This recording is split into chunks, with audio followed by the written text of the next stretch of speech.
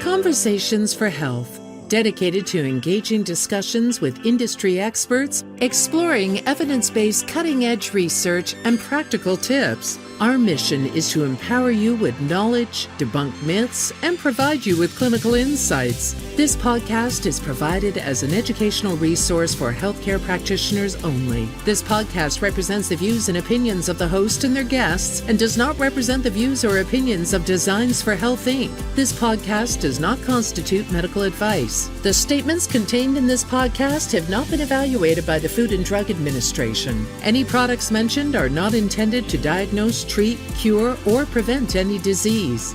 Now, let's embark on a journey towards optimal well-being, one conversation at a time. Here's your host, Evelyn Lambrecht. Welcome to Conversations for Health. This is part 2 of Advances in the Prevention of Dementia and Alzheimer's with Dr. Kat Toups. If you missed part 1, go back and check out that episode. In part 1, we covered many topics, including Dr. Toups' pilot study, key distinguishers between mild cognitive impairment, dementia, and Alzheimer's, and the impact of dental infections on cardiovascular health. All right, let's dive back in. Let's talk about another contributor to Alzheimer's, toxins in general. And I know you have your own story around this. So what types of toxins are we talking about? What is the treatment like? What did you see in the study? Right. So with the toxins, we're testing a couple of things. We test the metals levels. How high is the mercury? How high is the lead, the cadmium, the arsenic? So we know that many of these metals can cause brain degeneration and neurologic problems. And those are simple tests that can be done at Quest and LabCorp. You know, these aren't specialty lab tests. Yes, you can get them done from the specialty labs, but it's easy for most practitioners to order those. And mercury is just hugely on the rise because our oceans are being polluted. And so, the mercury is a known neurotoxin, and you can get those levels down if you know that they're elevated. So the first thing in my book is you just need a test for everything, because you need to know, okay, I can check that off. Mercury isn't my problem. But if it is, what I saw was in people that would have high mercury levels, I would ask them to eat no seafood for a number of months. I would, put them on liver support for detox and have my patients do, if they could, sauna, sweating, because we know that when we sweat, the metals and the toxins will come out through our sweat. So ancient tradition in many cultures of sweat lodges and baths and sweating has so much wisdom for us. So having people do those things and avoiding the seafood, pretty much you can get that mercury down to zero, unless it's from a different source than the seafood. But you can, in 3, 4, 6 months, it can come down of high levels down to zero. And then what I would do is have people go back to eating seafood, but ask them to eat the small fish, right? The anchovies, sardines, wild-caught salmon, scallops, things that are smaller don't concentrate the mercury. But the big fish, like the tuna, that so many people love, tuna, but they're large and they live a long time, and they eat the smaller fish and they concentrate the mercury. So you're just going to get too high a load. I remember when I learned detox years ago in my functional medicine training, one of our instructors said every time he eats sushi, he would take some DMSA, which is, we used to be able to get that as a supplement. Right. We no longer do that, but he would do a little detox prophylactically every time he ate sushi. I think that one thing I like people to think of is detox is not like a little procedure protocol that you do and then you're done. The world has just become increasingly toxic. And so we all need to think about just detox as an ongoing process that we need to incorporate in our lives, with the sweating, with the liver support. I like some of the sulforaphanes for that. But definitely we need to be aware, be so aware of what we put in our bodies and what we put on our bodies, right? Everything topical that we put on our lotions, our shampoos, with the chemicals. So we did do a panel for chemicals. some of the chemical toxins, and some people are familiar with parabens and phthalates, but, there's a whole list of chemicals that are, hazardous for us. And so we did a panel of those. And what you kind of see is some people detoxify better than others. And that's probably our genetics, and I've learned in my own self that I've learned all of these layers on myself through the years. But, I'm not a great detoxifier. And so I will have high levels of chemicals, even though I've been so careful about exposures and organic foods for, 20 years now. But, some people are better at it than others. And I had a patient years ago when I first started doing this work come to me. She was already in a nursing home with her dementia. And they wanted to know what could they do. And, I tested everything. And she had some cardiovascular risk factors, but it didn't seem to account for why, it just wasn't enough. And then I did her toxin screen. And they say if you have one thing in the red zone, that's considered serious. But she had 9 things in the red zone or 11 things. It was just everything was red, red, red, red, red.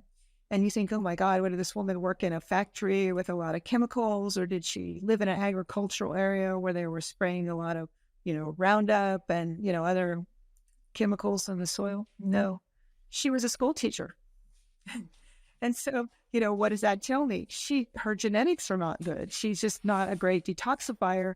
And so she accumulated all of these toxins. And her daughter told me that, her mother was always into health. They ate, as clean as they could. And so I said to the daughter who was in her 50s, gosh, do you want me to order this test for you so that you can have a look? And, sure enough, the daughter was high in toxins as well. So we have to, be mindful that all of these, metals and chemicals are adding to our burden that are, causing degeneration of the brain and the heart and other factors in the body. Lead is another big one. And one of the things we see in the elevated lead levels is when you detoxify from lead, sometimes you'll see rapid improvement in people's cognition. But in my area, I don't find elevated lead very often. Mercury is much more common in my population. And sometimes we see the cadmium and the arsenic, from the rice and other foods that people are eating. But if you're the person with the high lead, you want to know that, and you want to see a practitioner that can help you lower your lead levels. Since you brought up the genetics part, we know that our genes are not our destiny, but we do hear a lot about ApoE4. And, if somebody has a heterozygous or homozygous mutation in ApoE4, does that change the treatment protocol? So it doesn't change the treatment protocol. There's just 2 things to know about that. I mean, to have one copy of ApoE4 is very, very common. It's at least 25% of the population. And having 2 copies of E4 does increase your risk of having Alzheimer's slightly, but there's other factors involved with that. So when you have E4, the thinking is that people will have a more exuberant or overactive amyloid response. So I mentioned that amyloid happens from an insult, something that's injuring our neurons. And so if you have a 4, and I am a 3/3, I know. So if we had the same infection in our brain and you had a 4, you might make more amyloid than I make, which again, more amyloid does start to gum up the works of the brain and then starts killing the neurons. So people that are a 4/4, they typically have a higher risk, but we're all working with patients with 4/4s. I have, somebody that I've worked with for 7, 8 years, and she's must be getting around 60. And her father had Alzheimer's. And so she came to me some years ago, what can I do to prevent this? And she does everything right. And, we're following now brain biomarkers and,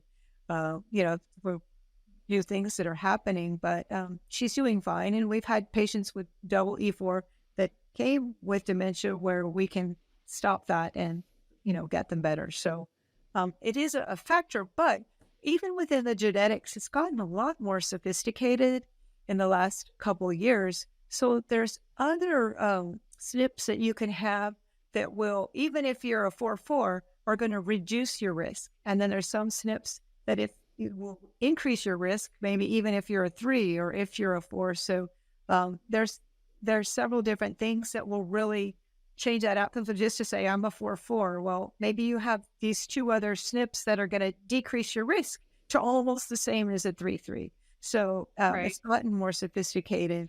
The only company that I know of yet that's testing those is the one that we used in the study last time and that we're using this time. And it's a very expensive panel. So, it's not something that's easy for everyone to do. I believe the cost is about $900 for their panel and they're testing all kinds of other factors, diabetes and, detoxification. I mean, it's a beautiful test, but it is cost prohibitive for many, many people. But I hope that will become more available because it does help us. There's certain anxiety that when people say, oh, I'm a 4-4 and people in my family have all had Alzheimer's, but I just want people to know that doesn't, as you said, it doesn't equal your destiny. It just means that you need to try harder and be even more mindful. Keep up with your exercise, your Right. toxins, test your infections, test your hormones. Yeah. I want to get back to the hormones and I also want to talk about supplements for a moment. So I Oh, know that in the wait, excuse me. study, yes. One second. We can come back to it, but maybe if we talk about, other dietary things, because we use ketosis, in the study, and there's, some pluses and minuses with that. But the ApoE4 is also called the fat bucket gene. And so people that have E4s tend to store their fats more. And they can accumulate, not only around the midsection, but in the blood vessels as those, dreaded lipids, right? We don't want our lipids to, be too out of control because that's damaging our blood vessels in our heart and of course, the blood flow to the brain as well as the heart, the kidneys, the organs, everything else. So just one caveat for people with E4 is to especially keep an eye on their lipids and their advanced lipid markers, not just a short lipid panel that historically has been done, but now we can get, Quest has Cardio IQ that will tell us all the advanced lipids. LabCorp has an NMR test, and then you have to add the LP little a, which is a really important cardiovascular marker. But, and I would say in the study, because of trying to move the needle and standardize some things, we had everybody do a ketogenic diet. And some people say, well, if you have E4, you can't do a ketogenic diet because it's going to it's a high fat diet, right? You're cutting out the carbs and you're, limiting the carbs to lower the blood sugar and force the body to shift into burning fats for fuel instead of sugar for fuel. And in that state of a ketotic state, for some people, it really enhances their brain clarity. They can know pretty quickly that it's helping them. And with aging, people lose their metabolic flexibility and they don't, they can develop insulin resistance or just they're not using sugar as well. And sugar and carbs are the same thing.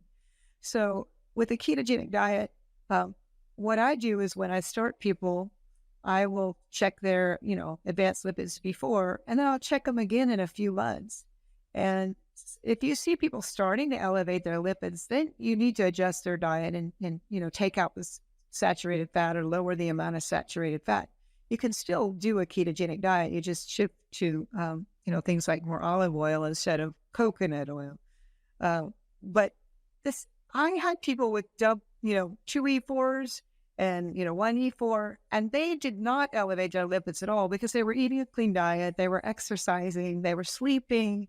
Sleep apnea is another really important thing that we test all of our patients for. 100% of patients, I don't care if they say they don't snore, if they're thin, you will still find it. So they all need to be tested because, we worry with a seizure. If somebody has a seizure, a brief time, they're not getting oxygen to their brain, right? But if you have sleep apnea, it's like all night, every night, you're not getting enough oxygen for your brain or your heart. You will develop, congestive heart failure over time, but you'll also develop dementia if you're having chronic hypoxia when you're sleeping. Yeah, that's a very helpful tip because I mean, there are so many things to evaluate, but I think sleep apnea, we consistently hear from many different issues Yeah. why that's so important to evaluate in most people, especially if they don't wake up rested or if they don't present with a typical picture of what, quote unquote, maybe somebody with sleep apnea, what we think that person looks like. Let me just say that testing for the sleep apnea now can be done at home. So the physician can order home sleep testing. The sleep lab will give you the device. You just wear a little thing around your wrist and a sensor on your finger, and it records during the night. And I think that's a beautiful screen. I have my patients do it for 3 nights in a row. So, I have a device, that you can buy, the practitioners can buy or lease a device. And then when I check it out to my patients, I'll have them do it 3 nights, because sometimes I'll have 2 nights that look okay. And then I'll have a third night that looks kind of dicey. Then I will send them to the sleep lab. And, we've picked up some apnea that way. But What's the device you use? the one that I have is called Patient Safety Inc. And there's another good company called Endopat, Oh, yeah. ENDOPAT. And I think Endopat. Yeah, those I are the know that two one. that I know about, and there probably may be more. But they both make really nice devices, because it's not only sleep apnea, but more common in women and thin women where you wouldn't think apnea. They have something called upper airway restriction syndrome, UARS. And what happens with that is, while you're sleeping, the airway can just get a little flabby and it can temporarily collapse, and you'll have a very brief hypoxia. But what that does is it shoots up your nervous system. Your heart rate jumps up, and it's causing arousals in the nervous system, and that can affect the sleep, and it can just cause this high level of stress while people are sleeping when they're supposed to be restoring things. So I know a younger woman, a physician, who told me getting that diagnosis and having treatment for that completely changed her life because of her insomnia and her stress levels. So that's another thing that can be picked up on these home sleep studies. Yeah, thank you for sharing that. I do want to talk about supplements a bit because, in addition to the supplements that you used specifically for, say, treating infection Yes. or some of the other things, you also use some specifically for brain health. And at your site, you actually used 2 Designs for Health supplements specifically. And because you used them in the trial, I Yeah. want to talk about those. So, what You- were those 2? yeah. Well, the first one is fish oil. And that's one of the top 3 nutrients that I kind of think everybody needs to be on. Because we keep, even if we're eating perfect organic diets and varying everything with the seasons, and um, still our soils are robbed of nutrients. And so we need to have certain level of support. The fish oil is definitely something that's well known to help the cardiovascular system, and whatever is good for the heart is good for the brain. Just those are almost equivalent, because it's the whole vascular system, and then the inflammation that's happening there. So fish oil, probably hundreds of studies showing the benefits for the heart, but also lots and lots of studies to benefit of the brain. And I've plenty, I'm a psychiatrist by training before functional medicine, and many, many studies for depression and anxiety with the benefits of fish oil. And in those cases, they use really high doses, like 7 or 8 grams a day. But what I've come to sort out clinically is those were short-term studies, like 8 weeks long. So if we can flood the brain and the body with the fish oil, get the levels up, then you can back down, and you don't have to take, because who wants to take 7 or 8 grams a day? It's very expensive, and it's a lot of stuff to take. So, I think, most people seem to need about 2 or 3 grams a day is what some of the data shows.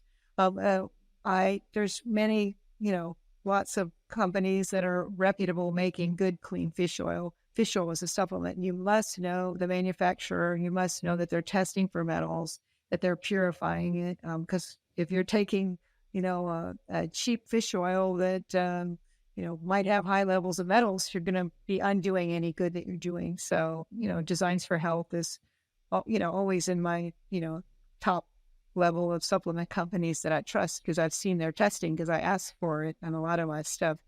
So I use the fish oil. I use the Omega Vale Hypo, and those, I like the capsules. The capsules, they're Soft gels. soft gel, Yeah. right? And they're kind of tapered at the ends, because fish oil pills can be really big. And as people get older, sometimes they don't swallow as well. So I like the size of them. They're kind of skinny and tapered. They go down easier. And I know that if I have people take 2 in the morning and 2 at night, they'll be on 3 grams a day. So that's what I use with all my study patients. And the other just basic nutrients, I think everybody needs to be on a B complex or a multivitamin. I tend to often go with the B complex because they're giving me higher levels of the balanced B vitamins, and the brain really needs those. And then vitamin D, which is another, hugely, vitamin D is really a hormone. It's not just a vitamin. It affects 200 things in our body. And we are almost all deficient. We evolved to extract our vitamin D at the equator. And so if you're living at the equator and you're in the sun all day, great. But even in the southern part of the U.S., people are still coming deficient, especially in the winter. And again, that's an easy test. If your vitamin D level is less than 30, you have a 75% increased risk of dementia. And, I see people that are less than 20, and that risk is sky high. And so that's just an easy thing, to test your level, take a good clean supplement, and get your level in the range. I like to see it above 50, like 50 to 80. So those are my big three. And you mentioned the brain, the cognitive function supplements. We call those nootropics. And they're things that are, multiple different supplements have data showing that they can help the actual functioning of the brain. I'm not a big fan of thinking of nootropics as my main treatment modality. Like, I want to fix the deficiencies and the cause and give people what they need. But in the beginning, certainly, and in my protocol, I had a short time. We only had a 9-month study. We had to move the needle very quickly. But I think you need to move it quickly when your brain is degenerating anyway. So I chose to use the Designs for Health. I call it Brain Vitale. And then I call it Brain Vital, but Vital. So they both work. Yeah, it's got that E on the end of it. But it's just a nice combination of different nootropics that are validated to help the brain, and I like the formula. And so I did offer that to my patients in the study, especially at the beginning, to help the cognitive functioning. And many of them felt like it was useful for them. I mean, we weren't doing one thing at a time. So, no, it's hard to say, but people kind of know when they start a new supplement. Sometimes they say, it's not doing anything. Sometimes they say, I like this one. It helps me. So I got some good feedback. And so I like that formula, and I did use it in my study. I do notice when I take it that I feel a lift in my brain. That's how I would describe it.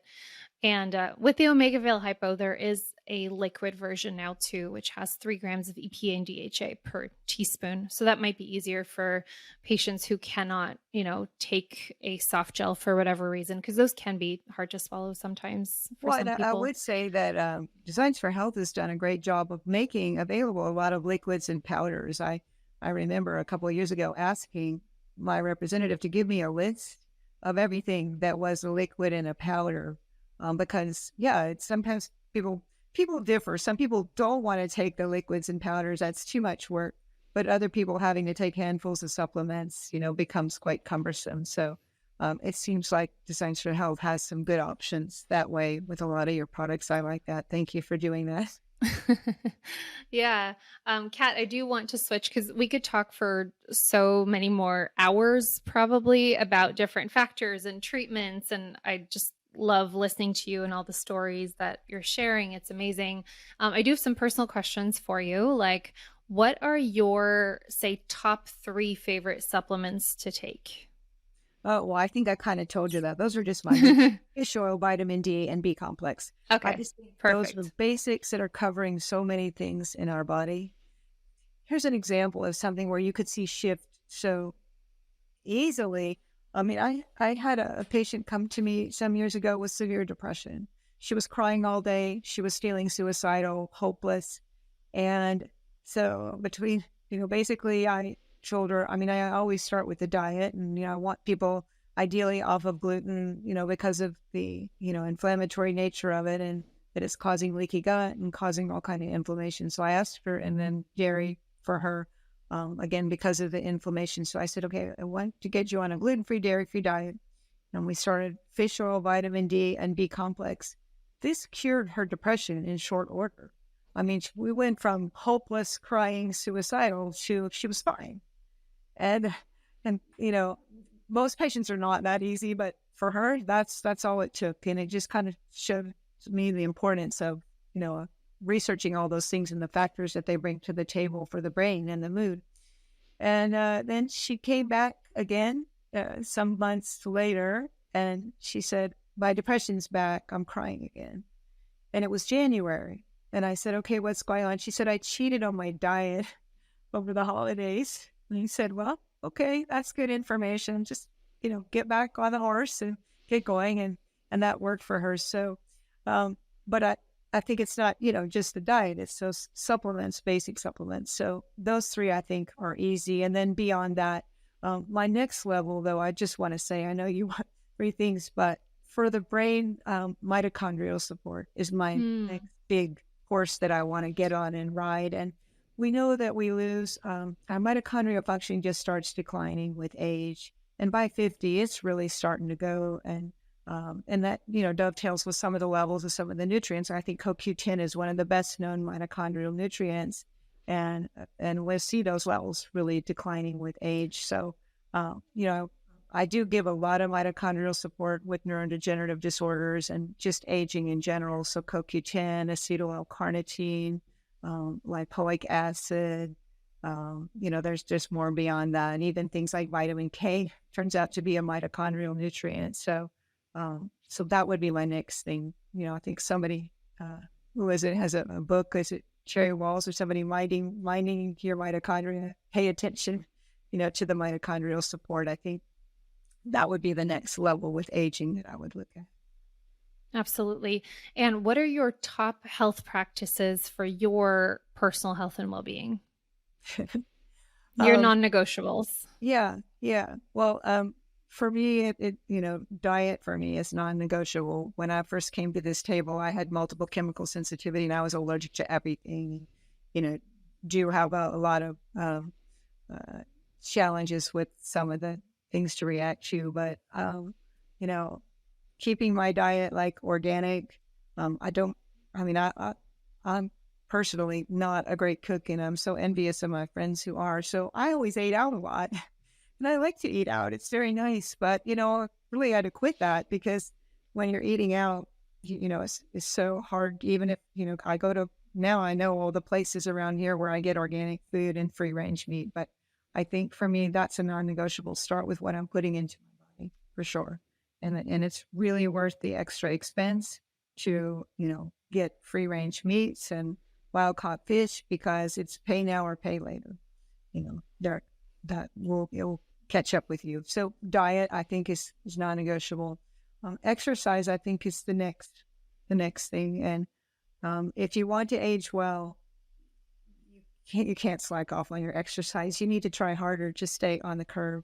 The exercise, it increases our blood flow and it increases our oxygen to all of our tissues. So I think that's probably, and you can do that for free. There's so many, great free resources on the internet these days with exercise programs, even if it's simply, walking, but I think you need to try harder than that with aging. We like incorporating the high intensity interval training. And again, that stuff is free. You don't have to go to a gym to do it. You can, incorporate lots of little ways to raise your heart rate for, 3 minutes. So exercise. And then the third thing I think would have to be sleep. And, sleep is when our brain detoxifies. So we've talked about the importance of detoxification. And we know that when we sleep, our lymphatic system in the brain is called the glymphatics. And that is a system of fluid that can get activated to sort of clean out the toxins. And they say that when we go to sleep, the glymphatics and the ventricles will actually enlarge, and the lymph in there will start churning around kind of like a washing machine. pull out all the toxins that we've accumulated in the day. So if we're chronically undersleeping the number of hours of sleep, we're losing that many hours of detox and also restoration, because now that many people are tracking their heart rate variability during sleep, with Oura Ring, and I have a Garmin Viva Smart Watch. There's Apple Watches, looking at, getting into the deep sleep. And there's many factors that affect your deep sleep, but even just starting to just protecting the number of hours of sleep, right? If you sleep chronically 6 hours a night instead of 8, you may get by, but I think what I certainly notice with aging is I used to easily get by with not enough sleep, and now I can really feel the difference in my cognition when I don't get enough sleep. So, Yeah. looking at that, so I think they're very simple. They're simple basics, right? Right. Diet, exercise, sleep, and then I guess I would have to add a fourth, which would be stress management. Right. Right. I'm a psychiatrist. All the ways that our stresses are affecting our nervous system. And we know that stress and depression are risk factors for dementia. We know that, depression alone will, degenerate your hippocampus more quickly, which is your memory center. So I guess I would probably want to add that as a fourth. They're simple. They're things that we can all incorporate in our lives. And, Right. and they're just the foundation. There's lots of cool things happening with, exosomes and peptides and lasers for the brain. And I love photobiomodulation, the different red light therapies for the brain. So there's a lot of cool stuff you can add on, on top of that. But you can't just do the fancy stuff and skip those Right. basics. It won't work. Right. Same with, all the biohacking practices, like Mhm. all the basics have to be in place. Exactly. And I see too many people, you probably do too. I mean, there are people that want to do those things, but, they're not exercising, they're not eating clean, and they're only going to get limited benefits. Right.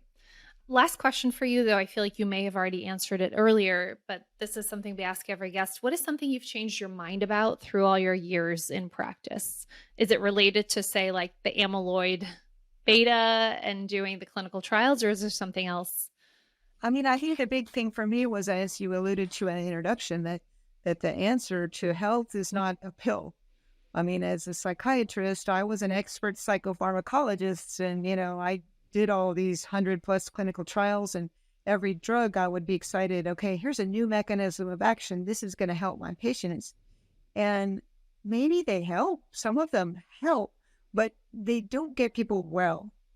And so for me, the biggest shift is not symptom management, disease management, but it's that shift into wellness.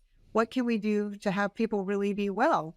Not be dependent on taking this medicine for the rest of their life. Maybe they need it in the short term. Okay, I'm not anti-medication. There's a lot of, beneficial medications that we need. But I think that's my biggest shift is, that we're trained as physicians in, sickness and disease management. And we weren't trained in wellness. We weren't trained in nutrition. We weren't trained in the importance of all the things that you and I have been talking about.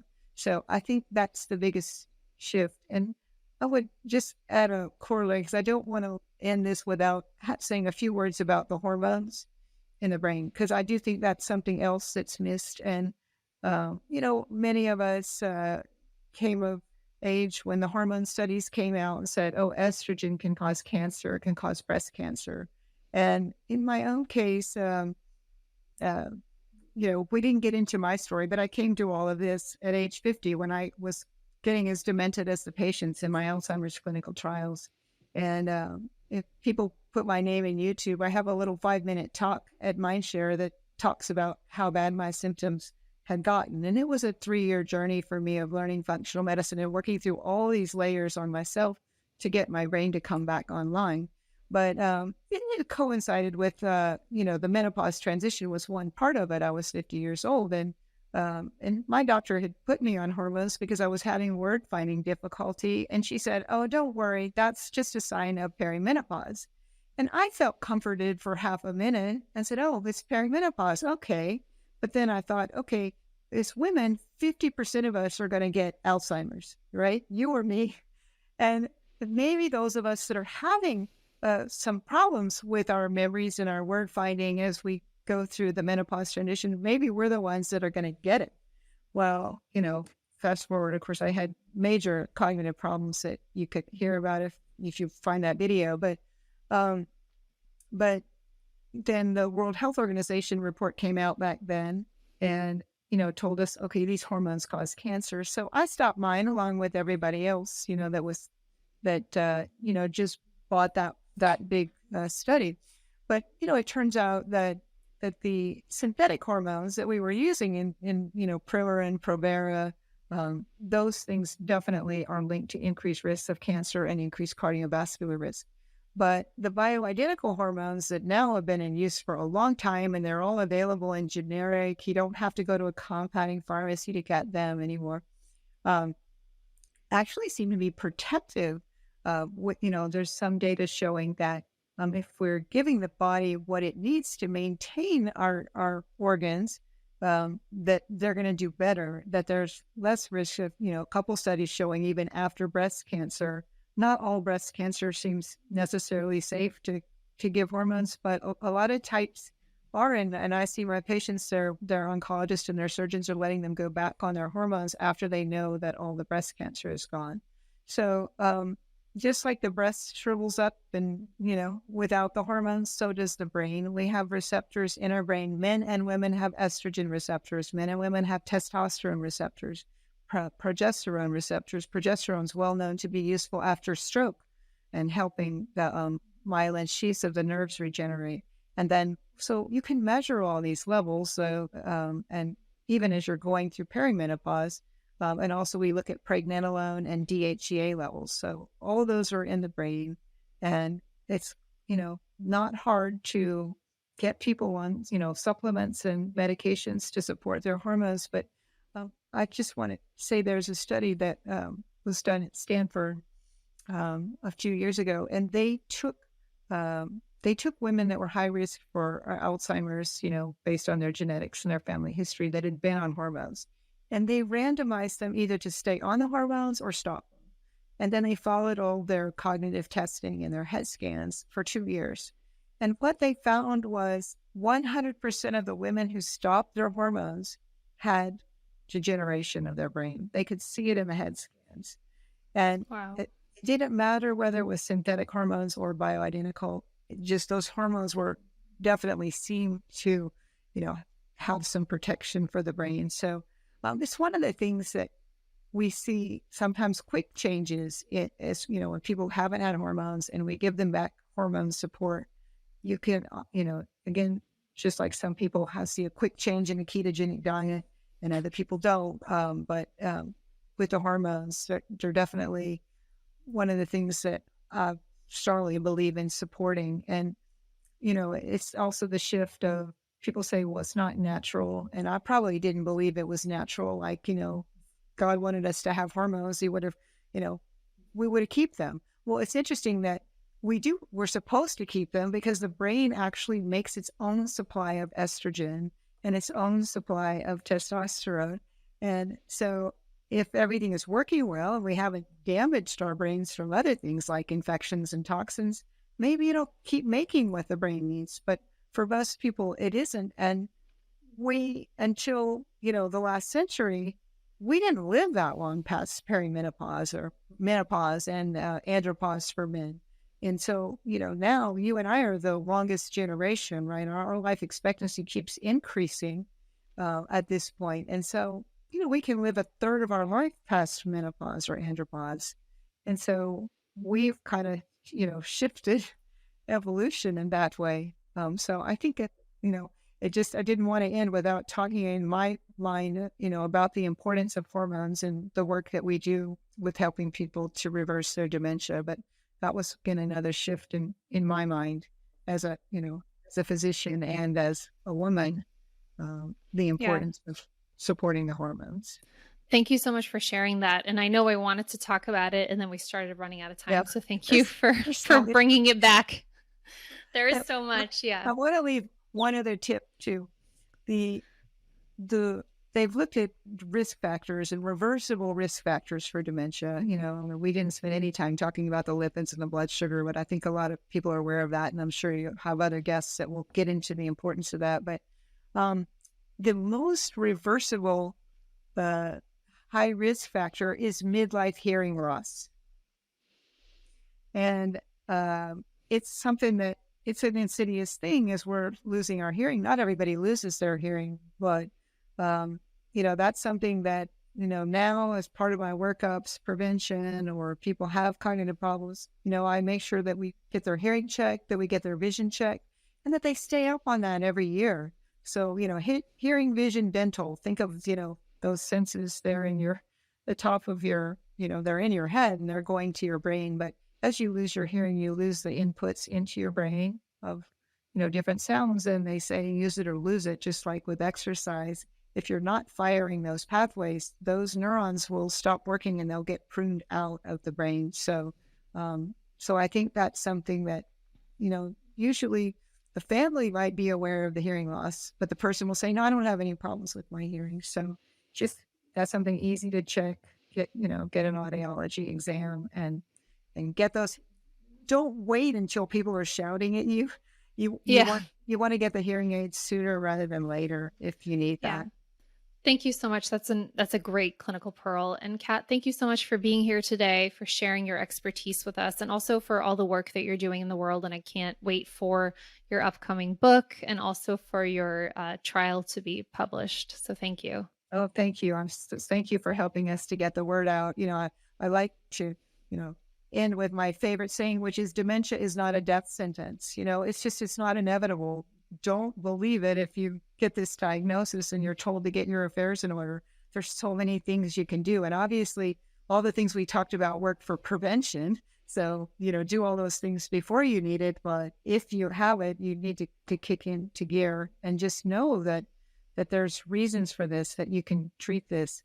Thank you for mentioning my book that I'm trying to get finished. But in the meantime, I actually have a free ebook on my website that goes through a lot of the stuff that we talked about. So I wanted people to have, something, since it's taken me forever to get this book written. And what's your website? They could just go to dementiademystified.com, or they can just put in, if you have my name here, Kat Toups. I don't think there's too many people with that name. It's a Cajun name, Toups, and it's common in Southern Louisiana, but you'll find me quite easily by putting that in. And it just, as soon as you go on the website, it pops up, free ebook, put in your email, I don't give it. We'll share your website in the show notes, as well as the clinical trial. And thank you so much for tuning into Conversations for Health today. Please share this podcast with your colleagues, follow, rate, or leave a review wherever you listen. And thank you for designing a well world with us. This is Conversations for Health with Evelyn Lambrecht, dedicated to engaging discussions with industry experts, exploring evidence-based, cutting-edge research, and practical tips.